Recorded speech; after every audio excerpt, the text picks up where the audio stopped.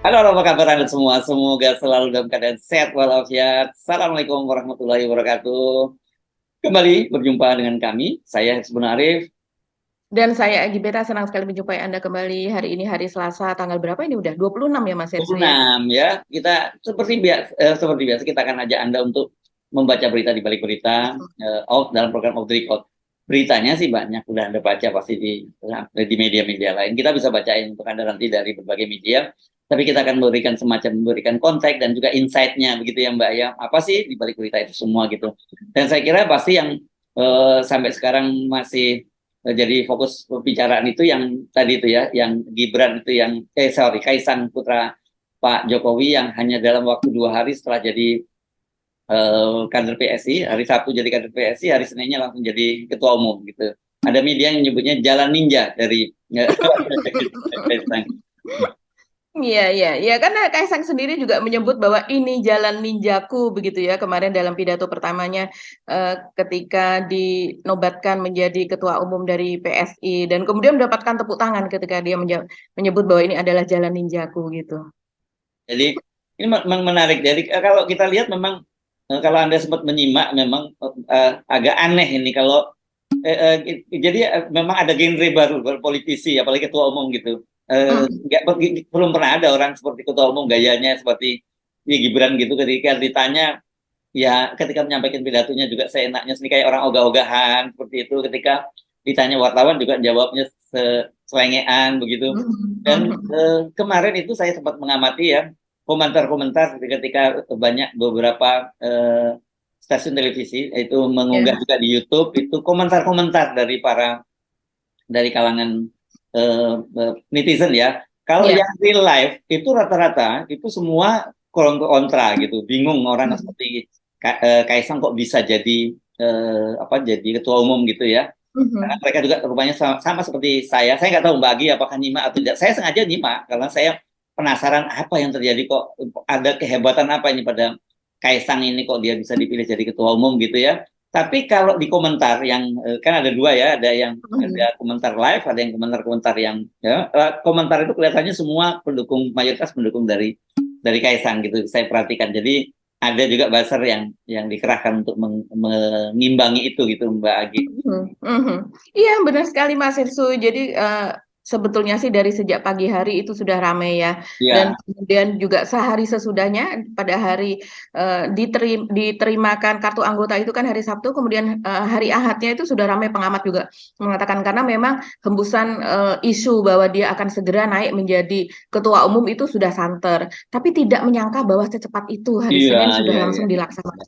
Saya kira ini Menyangka bahwa layak itu. bukan hanya layak masuk rekor muri atau museum rekor eh, Mhm. Indonesia, tapi museum rekor dunia. Ini maksud saya juga, tapi bisa masuk salah satu keajaiban politik di Indonesia, gitu. Atau orang menyebutnya hanya Indonesia, damn, I love Indonesia, gitu kira-kira. Ya. Jadi ini luar biasa. Memang semuanya itu kalau seandainya memang sudah mau di ini bisa diputar balikan begitu ya. Bahkan kita pernah berkata apa itu kemudian ya dilepeh begitu saja begitu. Seperti semacam nggak peduli bahwa dulu saya pernah mengatakan ini. Contohnya misalnya PSI begitu mengatakan bahwa mereka adalah partai kader untuk menjabat di PSI itu harus tahu betul tentang isi PSI dan kemudian ada kaderisasi seperti halnya seperti di PDIP begitu kan. Terus kemudian ada sekolahnya, ada yang dari daerah pun datang ke Jakarta untuk mengikuti semacam workshop atau apa begitu ya. Dan kemudian sehingga pemahaman mereka terhadap Pancasila, terhadap NKRI, pemahaman terhadap partai itu sendiri ideologinya seperti apa, tujuan visi misinya dan sebagainya.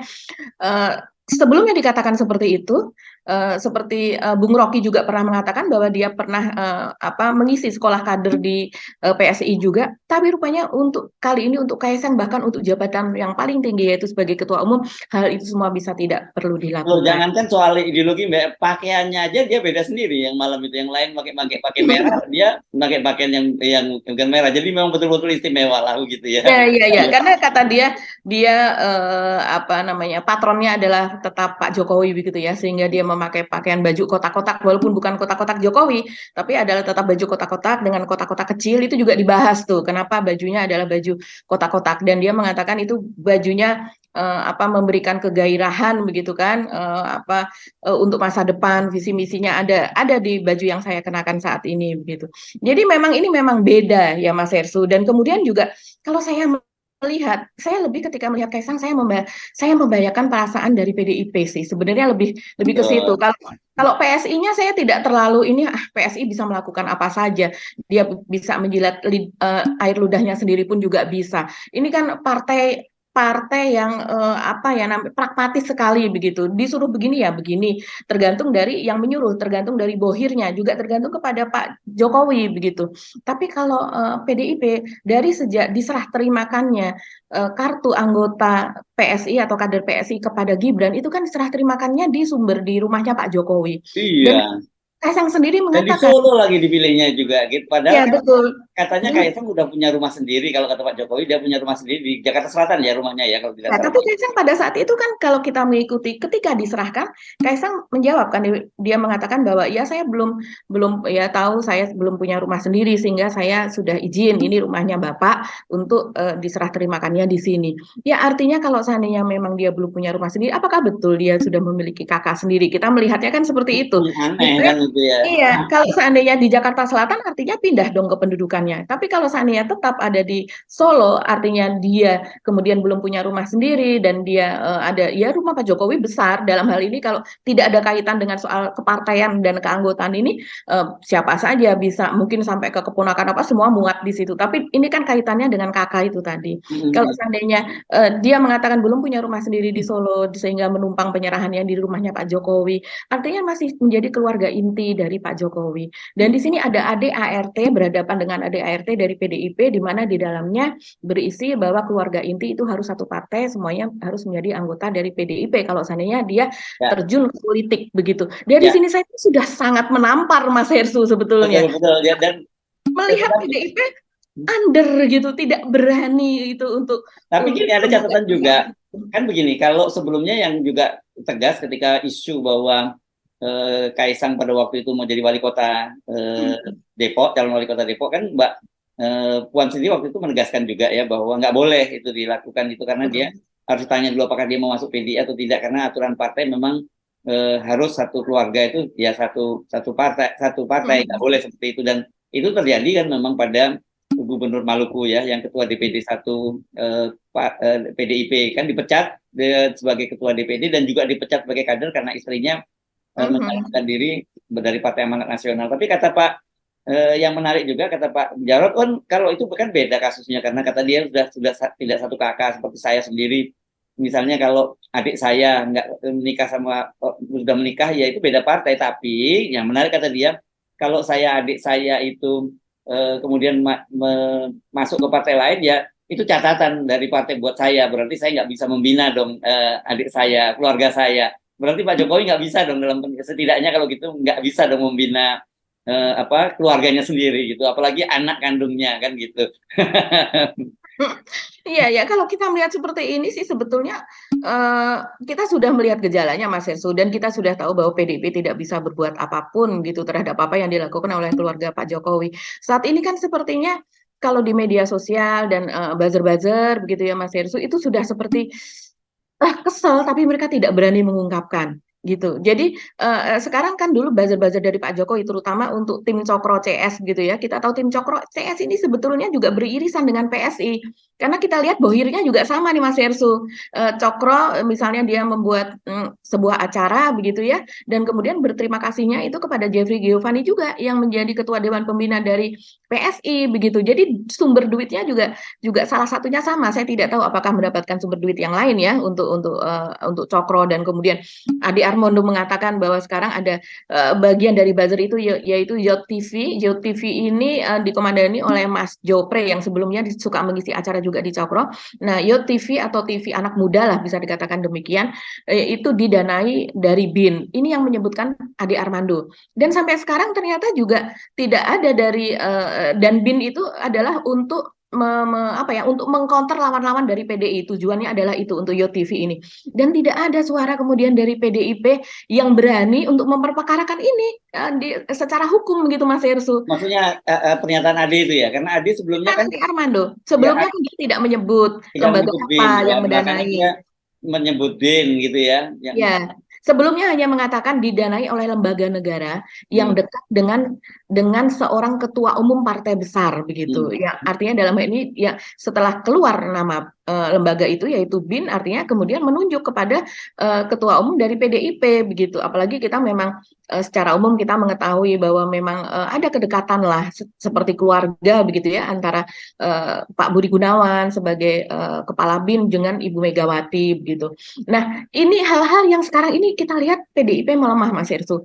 Baik dia hmm. misalnya melaporkan secara hukum, menggugat secara hukum, memperkarakan, atau kemudian untuk hal seperti ini dia mengundang apa namanya, memanggil Gibran ketika Gibran secara khusus bertemu dengan Pak Prabowo, kemudian ada relawan dari Gibran dan relawan Prabowo mendeklarasikan apa Prabowo sebagai capres begitu kan. Katanya salah satu ketentuannya adalah hanya boleh menerima tamu begitu ya, apalagi kalau dari partai lain gitu hanya di kantor dan tidak boleh di luar karena waktu itu Gibran menerimanya di sebuah restoran. Tapi kenyataannya Pak Prabowo juga tetap bertemu dengan Gibran di luar begitu. Ketika di Solo kemudian dijemput, kemudian walaupun statusnya dia berkilah bahwa ini adalah status Pak Prabowo sebagai Menhan gitu. Jadi eh, itu memang nggak berlaku. Jadi malah malu sendiri kalau seandainya ingin memberlakukan ketentuan khusus untuk Gibran, malu sendiri apabila harus menegur kepada Kaisang begitu. Karena memang semuanya itu nggak dianggapnya tidak secara frontal, tapi dengan didiamkan gitu saja gitu. Ya, dan ini kan kelihatan sekali ya kalau memang PDIP itu tidak cukup pede untuk maju pada Hmm. terutama pilpres ini karena tanpa dukungan dari Pak Jokowi ya, karena kita ingat kan bagaimana ketika rame-rame soal Mahkamah Konstitusi yang menyidangkan gugatan judicial review untuk calon presiden, kan pada waktu itu Hasto menyebut ini ada manuver kekuasaan, begitu kan dia menyebutnya Betul. begitu. Dan Mhm. kalau aturannya begitu, ya diikuti saja begitu aturannya kan gitu. Mhm. Ini mungkin dia lupa kalau PDIP juga pernah menggugat soal sistem pemilu Iya, tertutup ke proporsional terbuka kan begitu ya, yang ditolak ya. tertutup ya, yang ditolak. Nah, tapi kan kemudian Mbak Puan itu justru malah menyatakan ya kalau nanti Mahkamah Konstitusi itu menerima gugatan itu ya terbuka peluang Gibran untuk menjadi calon wakil presidennya dari Pak Ganjar begitu ya. Dan kedua ketika juga soal food estate, ingat ya Mhm. food estate, Betul. Hasto menyebut itu merupakan kejahatan lingkungan. Pada waktu itu Puan Maharani langsung meralatnya dengan menyatakan bahwa itu terlalu jauh kalau menyimpul semacam itu. Nah, dalam kasus juga sekarang ini Kaisang itu kelihatan sekali Puan juga berhati-hati karena sebelumnya dia tegas menyatakan bahwa nggak boleh kan itu dilarang untuk kader partai beda pilihan politiknya begitu di dalam satu Mhm. keluarga. Tapi belakangan dia menyatakan dia saya akan tanya dulu gitu karena kan saya juga bisa bertanya pada Mas Kaisang. Ini hari Kamis ya waktu itu dia tanya oleh Mhm. wartawan. Nah sekarang setelah hari Sabtu kemarin dia menerima kartu anggota PSI dan tadi Mhm. menjadi ketua umum, saya belum lihat itu tanggapan dari Mbak Puan. Apakah sudah ada tanggapan dari Mbak Puan? Belum ada kelihatannya bagi ya. Iya, saya pun belum membaca begitu dan Ya, sepertinya oke. dari PDIP berhati-hati sekali menanggapi Ya, hal. nah, ini kelihatan sekali memang mereka menyadari bahwa yang mereka tidak bisa berkompetisi melawan Prabowo dan Anies ketika tidak ada backup dari Pak Jokowi. Karena itu seperti selalu menyatakan kan Hasto menyatakan bahwa sekarang cawapresnya Pak Ganjar itu sudah tinggal diumumkan begitu kan kata dia, dan itu tetap dikonsultasikan dengan Ibu Megawati dan Pak Jokowi kan begitu selalu dia menyatakan begitu, jadi seolah-olah dia mencoba menunjukkan bahwa hubungan itu tetap baik-baik saja. Tapi saya kira dengan keputusan Kaisang ini untuk menjadi ketua umum PSI itu tamparan keras kan buat PDIP terutama Ibu Megawati. Dan kita melihat tadi PDIP melemah, tapi saya sih nggak yakin Mbak Agi kalau Ibu Megawati juga selemah mereka yang lain di PDIP itu. Kalau lihat secara historisnya ya, Mhm. kan kita lihat kan Ibu Megawati ini kan zaman Orde Baru begitu berkuasanya saja itu kan Mhm. dia tetap kekeh gitu ya pada pendiriannya itu, melakukan perlawanan gitu. Apalagi sekarang berhadapan dengan petugas partainya yang ya sebenarnya kalau dibandingin dengan Pak Harto ya nggak ada apa-apanya lah ya Pak Jokowi itu. Cuman memang yang hebatnya dari Pak Jokowi itu di era demokrasi kok dia bisa bermain seperti ini kan, itu yang yang membuat dia menjadi istimewa itu. Tetapi sekali lagi saya nggak percaya bahwa PDIP itu gampang ditundukkan begitu saja oleh Pak Jokowi. Kan kita tunggu ini ya, setelah Kaisang apa pukulan berikutnya dari Pak Jokowi? Gibran, kita akan lihat di situ pamungkasnya itu nanti Gibran, kan gitu ya Mbak Agina. Apakah Pak Jokowi akan terus melanjutkan Gibran sebagai pukulan terakhir terhadap PDIP dan CQ Ibu Megawati, atau ya dia juga nahan diri dulu gitu melihat apa reaksinya dengan langkah Kaisang ini, karena harusnya kalau kita lihat timetable-nya ya pekan-pekan ini, bahkan sebenarnya pekan kemarin itu Mahkamah Konstitusi sudah mengumumkan itu, karena sudah kan ketua Mahkamah Konstitusi sudah menyatakan bahwa itu sudah dia nih ya sudah apa sih sudah di sidang ya, tinggal diputuskan saja Ya, gitu. sudah selesai mendengarkan dari ahli dari Pemeriksaannya ya, pemeriksaannya sudah selesai. sudah selesai. Tinggal diumumkan. Tinggal dibuatkan keputusannya, kronologi dari keputusannya. Dan yang terakhir mungkin yang menarik yaitu pendapat dari Pak Mahfud ya, yang selama ini Pak Mahfud MD. Iya. selama ini diam, tidak mau sepertinya menyentuh ke persoalan itu begitu, karena mungkin sebagai ahli tata negara seharusnya tidak demikian lah gitu kan, apalagi sebagai Menko begitu. Tapi rupanya dia menimbang-nimbang. Di sini ada Pak Jokowi yang tentunya memiliki kepentingan terhadap judicial review tersebut, dan sementara secara hukum dia tahu bagaimana seharusnya begitu. Sekarang belakangan setelah Pak Mahfud ini namanya moncer begitu, Mas Herssu, dan sebagai salah satu kandidat kuat dari cawapres dari Ganjar, dan sepertinya dia pun memiliki ambisi untuk itu. Apa yang dikatakan Pak Mahfud mungkin Mas Herssu bisa jelaskan tuh. Dia bagaimana jelasnya Pak Mahfud omongannya? Ya, Pak Mahfud itu kan menyatakan bahwa ya itu bukannya, kata dia, bukan gugatan itu ditolak, tapi gugatan itu ya tidak diterima karena itu adalah open legal policy, kata dia. Dan kata Pak Mahfud bahwa nggak ada yang dilanggar terhadap konstitusi soal batas usia itu, apakah 24 tahun, 25 tahun, 40 tahun, atau 70 tahun, kata Pak Mahfud. Nggak ada, dan itu harusnya karena itu ya mestinya tidak diterima, bukan ditolak gitu ya, gugatan itu. Dan yang disampaikan oleh Pak Mahfud benar sih, memang ini open legal policy, memang betul. Ini kembali ke DPR ya. Kembali DPR dan pemerintah. Open legal policy kan kebijakan untuk para pembuat undang-undang, dan pembuat undang-undang itulah DPR dan pemerintah. Tetapi kan kita tahu dalam banyak kasus beberapa hal yang sifatnya open legal policy juga diputuskan juga oleh Mahkamah Konstitusi ya. Misalnya kayak usia hakim usia pimpinan KPK misalnya yang sekarang nggak begitu, bahkan sampai batas ini batas masa jabatan KPK juga diputuskan oleh Mahkamah Konstitusi, padahal kan ini nggak ada urusannya dengan bertentangan dengan konstitusi atau tidak gitu loh. Jadi tiba-tiba ketika Pak Mahfud menyatakan bahwa ini sifatnya open legal policy yang harusnya dikembalikan ke DPR dan pemerintah, saya jadi kenapa kok baru sekarang ya Pak Mahfud ngomongnya ya, kan ini kan kasusnya sudah bergulir lama. Kemudian ya dia nggak salah kalau orang seperti Anda berpikir apa ada kaitannya karena sekarang nama Pak Mahfud itu ditimbang-timbang sebagai salah satu kandidat terkuat untuk menjadi calon wakil presidennya Ganjar Pranowo. Bisa aja, itu bisa aja orang menafsirkan semacam itu. Tetapi itu benar apa yang dikatakan oleh Pak Mahfud, memang itu open legal policy, dan tetapi kalau kemudian dikembalikan ke pembuat undang-undang, dalam hal ini DPR dan pemerintah, ya nggak bisa berlaku sekarang karena itu prosesnya panjang. Itu kan masuk proleg ya, program legislasi prolegnas, kemudian nanti ada panjanya di situ panitia kerja, kemudian masuk ke ya panjang lah realisasi apa dan sebagainya, dan baru kemudian BAMUS dan sebagainya, terus kemudian baru nanti di paripurna panjang, dan itu nggak bisa untuk pilpres sekarang kan, padahal targetnya itu untuk pilpres sekarang kan gitu Pak. Iya, betul sekali, karena kalau tidak salah itu pertama kali itu diajukan gitu untuk JR. Untuk JR itu bulan Maret kalau tidak salah. Berarti kalau sekarang bulan ke-9 dan sekarang belum diputuskan, sebentar lagi itu udah bulan 10, ya sekitar setengah tahun atau setengah tahun lebih lah. Artinya proses itu cukup panjang.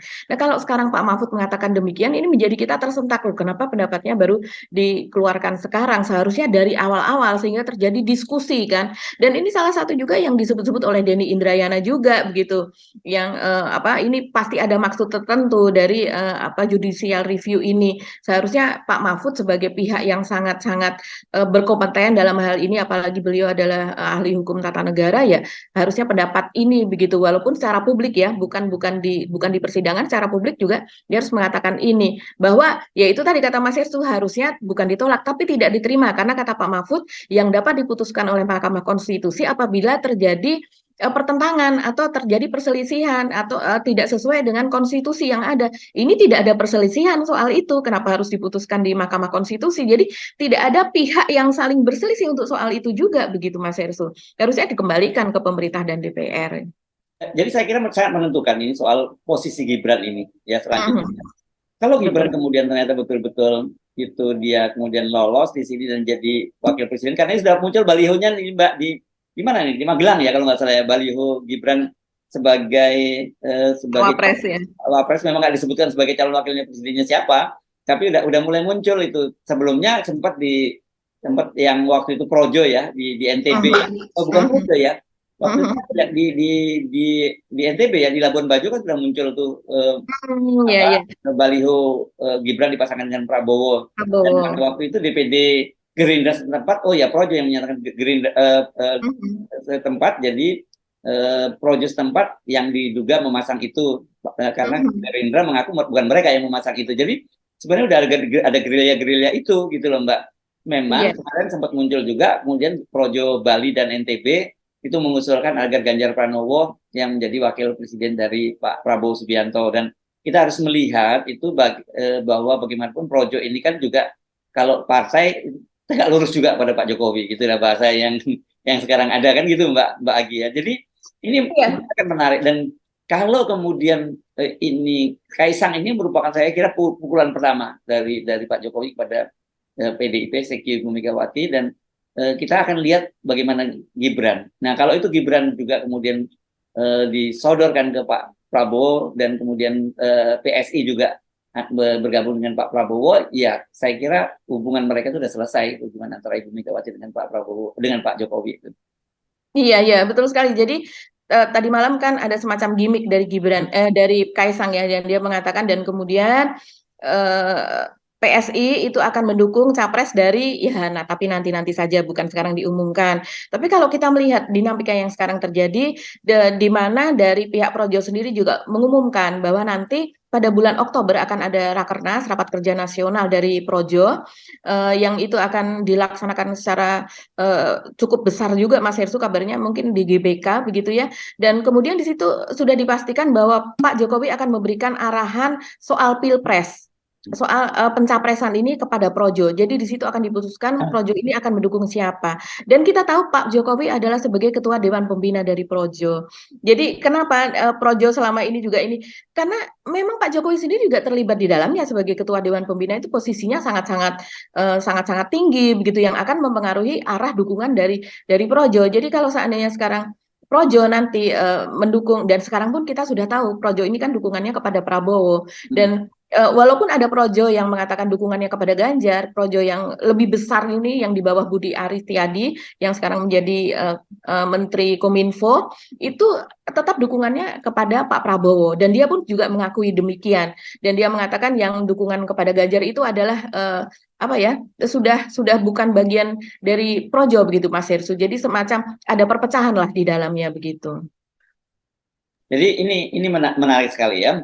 Oke, di luar topik itu kita tunggu saja ini ya. Ini akan sangat menentukan ya beberapa waktu yang akan datang. Satu lagi Mas Hersu, yaitu bahwa ini kan sekarang Pak Prabowo ini kan memperlebar dukungan di kalangan kiai dan ulama begitu ya. Dan kemudian salah satunya kalau yang dari kalangan anak muda itu Miftah Maulana yang selama ini dikenal sebagai Gus Miftah, itu rupanya sekarang memang menjadi salah satu kepercayaan gitu ya dari Pak Prabowo. Dia ini diminta untuk menemui Khofifah.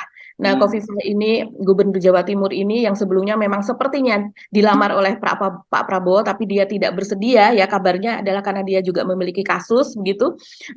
Dilamar untuk menjadi cawapresnya Pak Prabowo kan tidak berhasil. Sebelumnya juga dari Nasdem melakukan pendekatan, mereka mengakui untuk dia dijadikan cawapresnya dari Anies, tapi dia juga tidak bersedia karena sepertinya ada semacam masalah begitu yang nanti akan bisa diungkit kalau seandainya dia bersedia. Tapi saat ini dia sedang didekati oleh Gus Miftah tersebut, yang walaupun Khofifah tidak mengakui, tapi dari Gus Miftah memang diminta untuk mendekati, kemungkinan besar menjadi cawapres Prabowo. Ini juga kita bisa melihat indikasinya kalau seandainya Khofifah ini bersedia, artinya memang ada dukungan dari Pak Jokowi.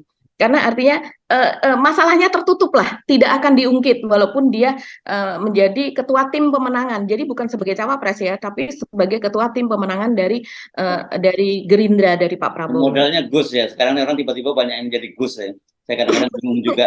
Wartawan-wartawan juga latah. Kemudian semua orang tiba-tiba dikasih nama Gus. Padahal Gus ini kan nama yang cukup sakral kalau di lingkungan Ya, anak Kiai lah ya, dan Gus Muhaimin, nah, dia memang tidak sembarang Kiai. orang harusnya pakai nama Gus ini. Tapi sekarang mengalami apa ini namanya Mbak? Bukan bukan inflasi ya, deflasi ya kalau gitu ya. Atau apa namanya ini jadi? Iya, deflasi Deflasi ya, Gus itu atau jadinya. degradasi. Ya, begitu ya. Semua orang tiba-tiba pakai Gus sekarang itu kan. Ya. Oke, mari Ya. kita nah, saya kira kita tinggalkan dulu ya soal soal pencapresan pencawapresan Gibran ya, dan juga kalau Ya. ketum sudah selesai itu. Tapi jadi spekulasi politik berikutnya dan bagaimana hubungan Ibu Megawati dengan Pak Jokowi begitu ya.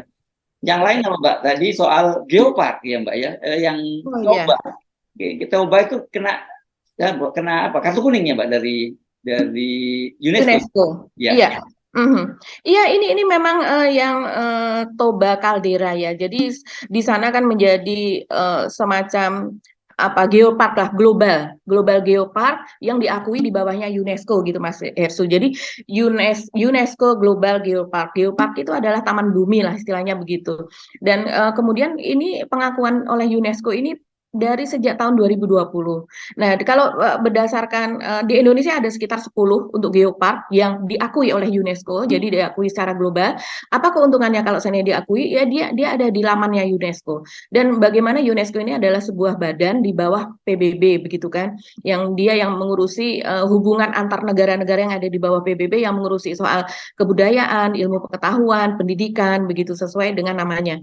Nah, ini kemudian mendapatkan Toba Geopark ini mendapatkan kartu kuning. Kartu kuning ini artinya terancam dicoret, Mas Hersu, dari keikutsertaannya di UNESCO begitu. Ini kenapa? Karena kan pasti kalau geopark ini kan sebenarnya yang dijual itu adalah kekayaan alamnya ya gitu, dan itu saya kira given ya, given yang nggak bisa diubah gitu ya.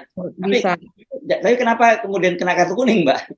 Iya. Jadi kalau kita telusuri ini kan sangat dibanggakan oleh Pak Luhut ya, Menko Oh iya, Marves. kan kampung halamannya Pak Luhut lah ya, dekat lah. Iya. Sebenarnya Simalungun kalau dulu, tapi tetap juga Pak Luhut dekat dengan Tapanuli Utara lah gitu ya.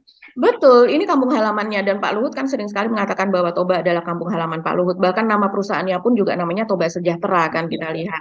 Begitu, dan kemudian juga ini sudah mendapatkan investasi triliunan nih Mas Hersu, di sana ditanamkan investasi karena tahun 2000 berapa ya? 2000 sebelum 2019 2018 mungkin ya.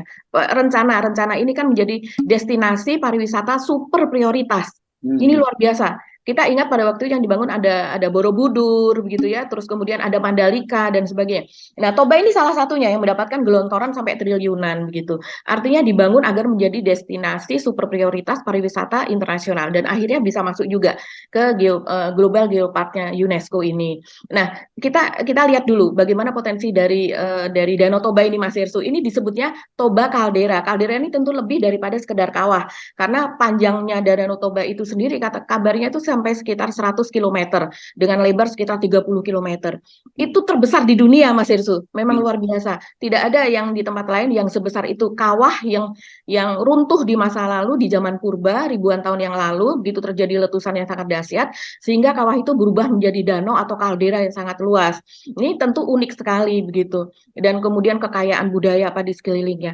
Tapi sayang sekali Mas Irsu setelah diangkat menjadi masuk ke dalam list dari Global Geopark UNESCO tersebut, ternyata apa-apa yang dipersyaratkan atau persyaratan untuk masuk ke dalam list itu ternyata tidak dijalankan dengan baik begitu. Hmm. Itu misalnya pemberdayaan masyarakat di sekitarnya, terus kemudian misalnya salah satu yang sebenarnya sangat sederhana seperti papan penunjuk informasi, ini ke arah mana, ini ke arah mana begitu, yang harus dalam bahasa Indonesia dan juga dalam bahasa Inggris itu banyak yang hanya dalam bahasa Indonesia tidak dalam bahasa Inggris. Padahal ini kan juga masuk ke dalam situs UNESCO dan dipromosikan secara internasional. Dan banyak sekali kalau turis-turis mancanegara itu Mas Ersu, kita tahu ada turis itu yang turis sejarah. Jadi dia kemana-mana nyari sejarah tempat ini apa dan sebagainya. Jadi turis-turis yang bermodalkan ilmu pengetahuan tidak hanya sekedar Serius lah, tulis serius itu. inilah ya. Turis serius, dan itu kalau dia membaca UNESCO ya artinya dia adalah turis yang memang berpotensi begitu, turis yang punya duit juga, yang dia akan spend money banyak. Dan kemudian yang terjadi di sana di apa namanya di Toba sendiri ternyata itu tidak dikelola dengan baik. Jadi seperti misalnya ini saya bacakan saja salah satunya yang saya temukan itu ada di Kumparan ini Mas Ersu. Yaitu di situ pengalaman dari Adis, misalnya saya bacakan ya, Adis warga Tangerang Selatan. Dia bercerita kunjungannya ke Danau Toba itu pada bulan Juni 2023. Dia katanya seperti ini. Iya, baru saja, belum lama, bulan Juni ya. Menurutku sih ya agak-agak ngeri itu kalau buat anak kecil atau dewasa tanpa ada pegangan di sekitar dermaganya. Enggak safety, di pinggiran danaunya juga kurang, kata dia begitu. Papan informasinya juga kurang banyak, ada juga enggak ada bahasa Inggrisnya. Kan di sana ada bule juga ya tamunya. Kalau mau solo travel, masih mikir-mikir deh, katanya seperti itu.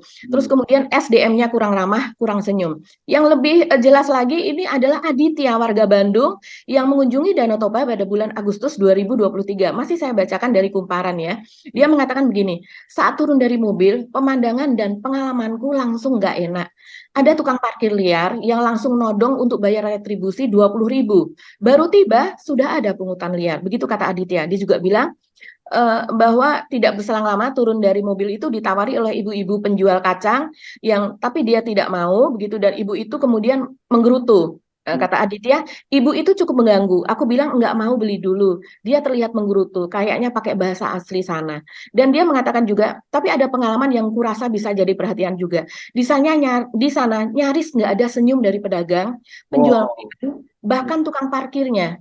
Sebelum kan aku juga pernah ke Bali, sebelumnya aku kan juga pernah ke Bali, Jayapura, dan beberapa kota lainnya.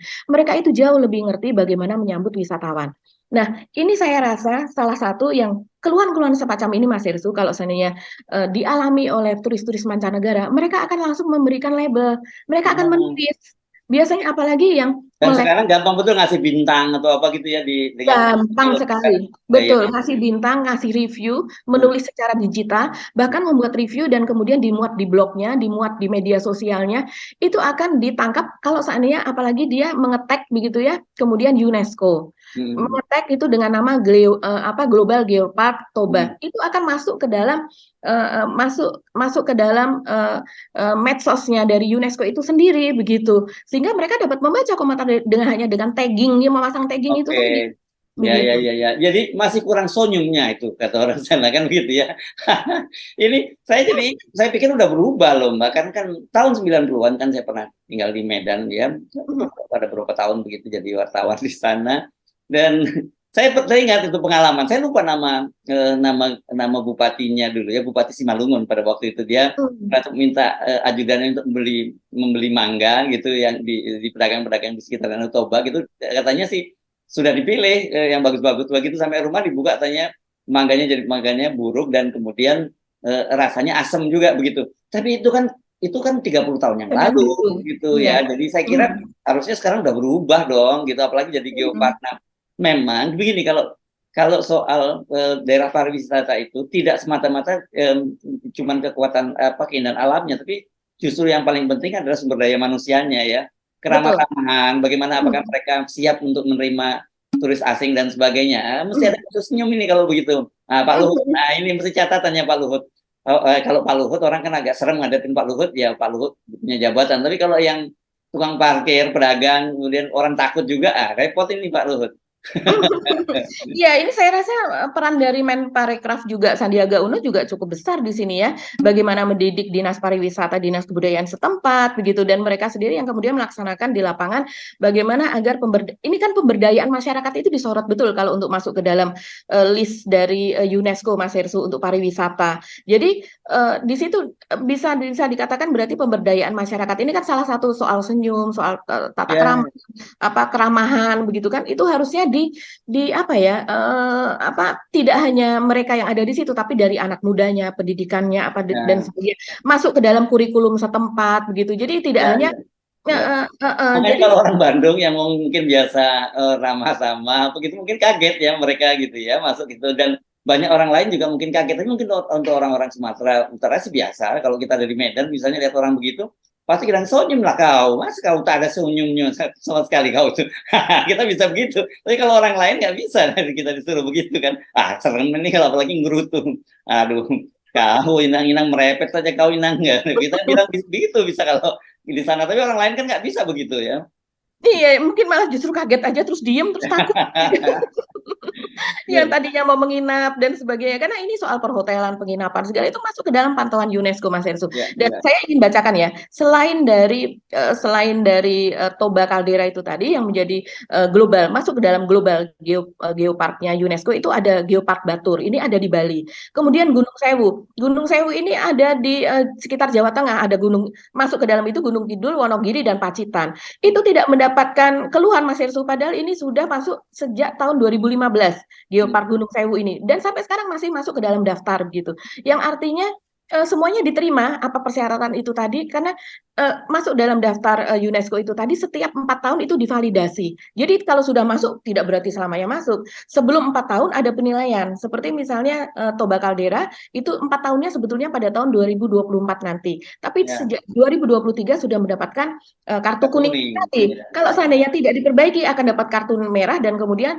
di kick out Dikeluarkan ya dari dari daftar itu. tapi sayang ini yang rugi kan bukan hanya Indonesia juga akan rugi tapi warga setempat juga akan rugi karena Iya. sekarang ini kalau dulu kan kita sebut word of mouth ya gitu ya jadi kekuatan mulut ke mulut sekarang bukan mulut ke mulut jempol ke jempol dan itu dampaknya seluruh dunia ya sekarang ya gitu. Iya, belum pemberitaannya Mas Hersu. Pemberitaan kenapa asal muasal dia sampai diberi kartu merah kemudian di kick out. Hmm. Karena itu ada di Ciletuh Geopark Mas Hersu tahu yang Ya, ada di Sukabumi. Itu juga sangat terkenal dan kita kalau pernah ke sana kita mendapati masyarakatnya apa dan sebagainya juga ramah ya mungkin karena masyarakat Sunda mereka memang udah bawaannya seperti itu begitu ya. Dan kemudian ada di Rinjani ini yang di NTB ini sampai sekarang juga masih tetap dari tahun 2018 yang di Rinjani ini sampai sekarang masih tetap terdaftar. Jadi artinya dari 10 geopark global geopark yang ada di Indonesia 9 itu aman yes. gitu. Ya, jadi Nah, yang perlu dibenahi satu ini mudah-mudahan bisa jangan sampai menjadi kartu merah ya. iya, dan orang Danau Toba itu indah sekali dan itu saya memang betul Iya, dan itu luar biasa. luar Mhm. biasa.